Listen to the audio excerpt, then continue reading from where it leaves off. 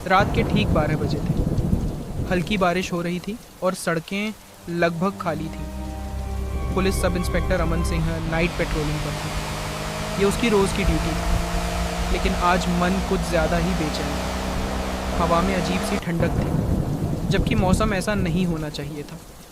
तभी वायरलेस पर आवाज़ आई, कंट्रोल टू अमन, श्मशान रोड से एक लड़की ने मदद मांगी है।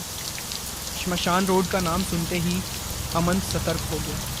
वो सड़क शहर से बाहर जाती थी और उसके बारे में कई अजीब अफवाहें थीं। फिर भी वह बिना देर किए जीप मोड़कर वहाँ की ओर निकल पड़ा। श्मशान रोड पर चारों तरफ घने पेड़ थे। जीप की हेडलाइट्स में पेड़ों की परछाइयाँ डरावनी लग रही थी। थोड़ी दूर आगे उसे सड़क किनारे एक लड़की खड़ी दिखी। वह सफ़ेद कपड़ों में थी, बाल भीगे हुए थे और चेहरा डरा हुआ लग रहा था। अमन ने जीप रोकी। आप ठीक हैं? उसने पूछा। लड़की ने कांपती आवाज़ में कहा, जी साहब, मेरी गाड़ी आगे ख़राब हो गई है। यहाँ कोई नहीं आता, मुझे बहुत डर लग रहा है। आपका नाम? राधिका। अमन ने उसे जीप में बैठा लिया। जीप आगे बढ़ने लगी, लेकिन अंदर अजीब सा सन्नाटा था। बाहर बारिश रुक चुकी थी, पर माहौल और भारी हो गया था। इतनी रात में अकेली? अमन ने पूछा। राधिका खिड़की से बाहर देखते हुए बोली, कभी कभी हालात हमें गलत रास्तों पर ले आते हैं। उसके जवाब अजीब थे, जैसे किसी सवाल का सीधा जवाब न देकर कुछ और ही कहना चाहती है। कुछ देर बाद अमन को ठंड महसूस हुई। उसने देखा जीप का एसी बंद था। तभी रेडियो में तेज़ खरखराहट हुई और वह बंद हो गया। अमन ने रियर मिरर में देखा। पीछे की सीट खाली थी। उसका दिल ज़ोर से धड़कने लगा। उसने तुरंत बगल की सीट देखी। राधिका वहीं बैठी थी, बिल्कुल शांत। सब ठीक है ना? उसने पूछा। राधिका ने हल्की मुस्कान के साथ कहा, साहब, क्या आपको लगता है कि हर किसी को समय पर मदद मिल जाती है? अमन जवाब देने ही वाला था कि उसकी नज़र सड़क किनारे लगे एक पुराने पत्थर पर पड़ी। उस पर लिखा था, यहाँ 2018 में एक युवती की सड़क दुर्घटना में मृत्यु हुई। अमन का चेहरा सख्त हो गया। उसी समय उसकी जेब में फ़ोन बजा। कंट्रोल रूम था। सर, रिकॉर्ड चेक किया गया है।